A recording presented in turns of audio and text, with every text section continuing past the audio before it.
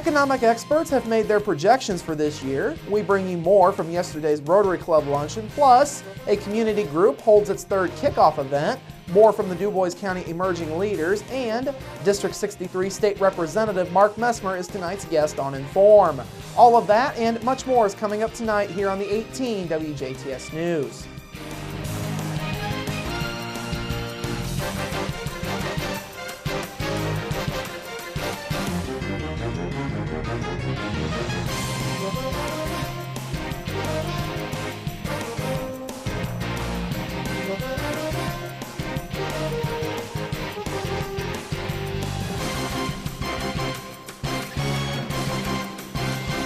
Hello, I'm Bradford Raths. We begin tonight with a Jasper man's arrest after he left the scene of a rollover accident where people were injured near Duff. Around 1 o'clock this morning, deputies with the DuBois County Sheriff's Department responded to a report of an SUV inverted on County Road 600 West near Duff Road Southeast. Deputies were told that no one was near the vehicle. On their arrival, police found the heavily damaged SUV that was determined to have crashed while traveling too fast for the road conditions. Deputies, along with a trooper from the Indiana State Police, followed tracks in the snow for about a mile and a half before finding the driver, 26-year-old Timothy Myers Jr. of Jasper, along with 2 other passengers. After he was cleared at Memorial Hospital, Myers was taken to the DuBois County Security Center and charged with leaving the scene of an injury accident and obstruction of traffic. Local residents were given an opportunity to hear more about the economic past, present, and future in Indiana and beyond during this month's Rotary Club of Jasper luncheon, which was hosted yesterday afternoon at Clubhouse 61. A panel of economic experts weighed in on this past year in Indiana and elsewhere. They also gave an economic outlook for 2014. Jerry Conover is the director of the Indiana Business Research Center, which is based at Indiana University's Kelley School of Business. He says Indiana had a strong 2013, especially when it came to the job market. The job situation in Indiana improved substantially in 2013. The year started out rather slowly, but growth in employment expanded greatly the last half of the year. Now we're close to the record employment level of more than a decade ago, just under 3 million jobs and still climbing. Michael Cummings with DuBois Strong was also a part of the panel. Now, one of the major issues that the panel discussed was the ongoing policy gridlock in Congress. Conover says getting that gridlock resolved will go a long way towards improving the economy. I think it's crucial for businesses to have confidence that economic conditions will be improving in the months and years ahead, or they're not going to be very eager to invest. We saw that happening to a great level, that lack of confidence during the recession and the slow recovery. Optimism is improving, but so much depends on Congress and the administration getting together and figuring out a satisfactory way to deal with massive federal deficits and debt issues. In addition, things like the Affordable Care Act. The panel also touched on interest rates and the role of the Federal Reserve. The Indiana Business Research Center, or IBRC, is forecasting that the Federal Reserve will be keeping short-term interest rates close to zero while tapering down its program of security purchases. Conover says interest rates will likely start climbing as the Fed tapers down on buying securities. He says how fast interest rates climb and how much they climb will have a profound effect on the consumer as well as economic growth. Growth of economies around the world has also been a big issue in recent years. Conover says other economies are growing at a much faster rate than the U.S. economy is, though he says that growth is also beginning to slow. Some parts of the world are growing much faster. China, India, Brazil, for example. That has been the case for years, but we see slowdowns in that growth rate. In China, it's about half the level it was a few years ago of percentage growth year after year. While that's still an attractive market, and there's a huge amount of potential for American firms to do business in developing parts of the world, when their economies start to slow their growth, it puts limits on how much U.S. firms can do by way of increased exports. The IBRC says the international economy will most likely be a neutral factor, but there is downside potential. They further say emerging economies like China, India, and Brazil will once again lead the world's economic growth in 2014.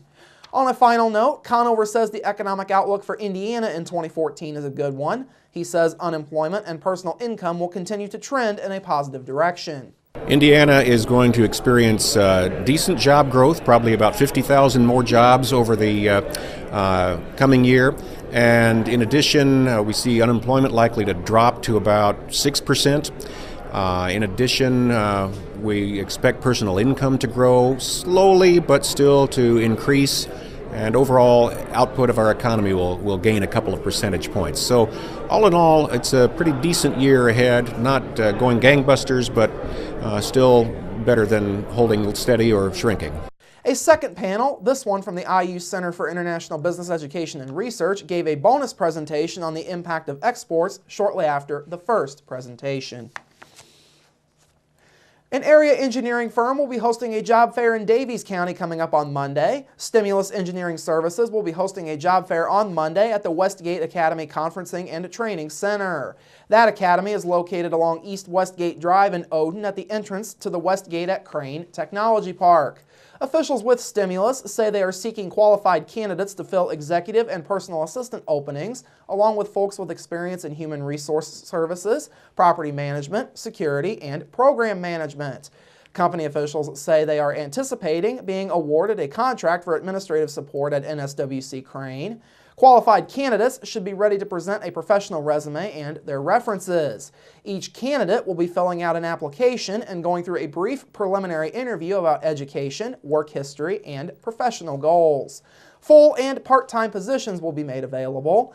Those candidates that are approved will receive a letter of intent that indicates the company's interest in employing that individual should Stimulus be awarded the contract.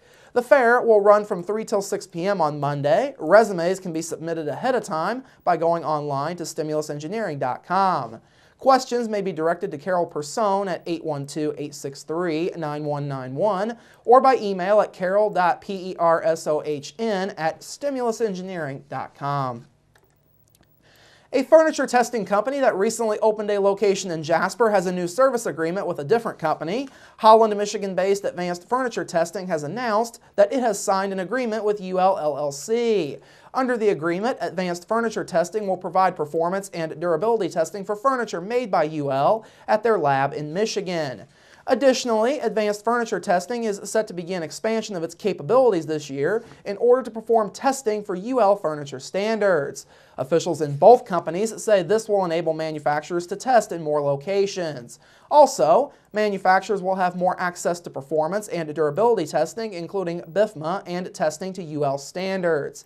In a news release, Vice President and General Manager of UL's furniture industry, Alberto Ughetti, says the combination of the two companies will provide a higher quality of furniture testing for customers across the Midwest.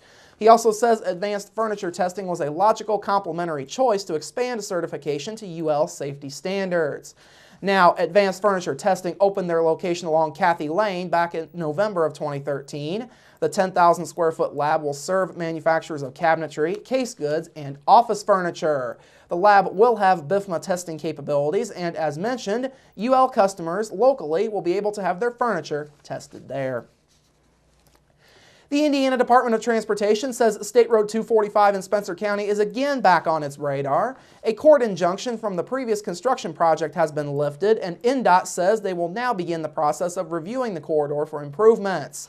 Back in 2009, INDOT had a project to reconstruct roughly 3.4 miles of the roadway from State Road 162 southward. Construction began, and part of the work was completed when the lawsuit was filed to bring it to a stop. A judge ruled and placed an injunction on the project. Contractors' crews finished work in areas that had already begun. However, at that time, the remaining portions of the original project could not be completed. INDOT says now that the lawsuit has been dismissed and the injunction lifted, they will begin collecting and reviewing data to determine what improvements will be made along the corridor. It is estimated that the project will be ready for letting in July of 2016, with construction set to begin later that year. INDOT plans to keep local officials and motorists informed as the project develops. Finally this evening, a local community organization held its third yearly kickoff event last night. The DuBois County Emerging Leaders hosted their kickoff night for 2014 at Azura Cafe in Jasper. Young adults from all over the county were in attendance to hear about how they could make a difference in their community. Josh Gunselman is on the steering committee for Emerging Leaders. He says getting the younger generation to give can lay a foundation for future giving. Getting young people in the act of giving at an early age is great for both the community and the individual themselves. Not only does it feel good to give, and is it good to give, but it helps build your community at an early age, and it's really those dollars at the early age that you're really going to see invest in the future years of your life, or you really see the benefit down the road. Last night's speakers included Neil Daube with German American Bank and Sister Barbara Lynn Schmitz. Sister Barbara Lynn represented Family Scholar House, which was the recipient of a $5,000 grant from Emerging Leaders this past year. To date, Emerging Leaders has given more than $13,000 to local charity. For more information on Emerging Leaders or how to get involved, you can call the Du Bois County Community Foundation at 482-5295, or you can visit elgiving.org. All right, coming up after the break, your local forecast, sports with Kurt Guxell, and Inform featuring District 63 State Representative Mark Messmer. That's all up next here on the 18 WJTS News. Local people watching local people.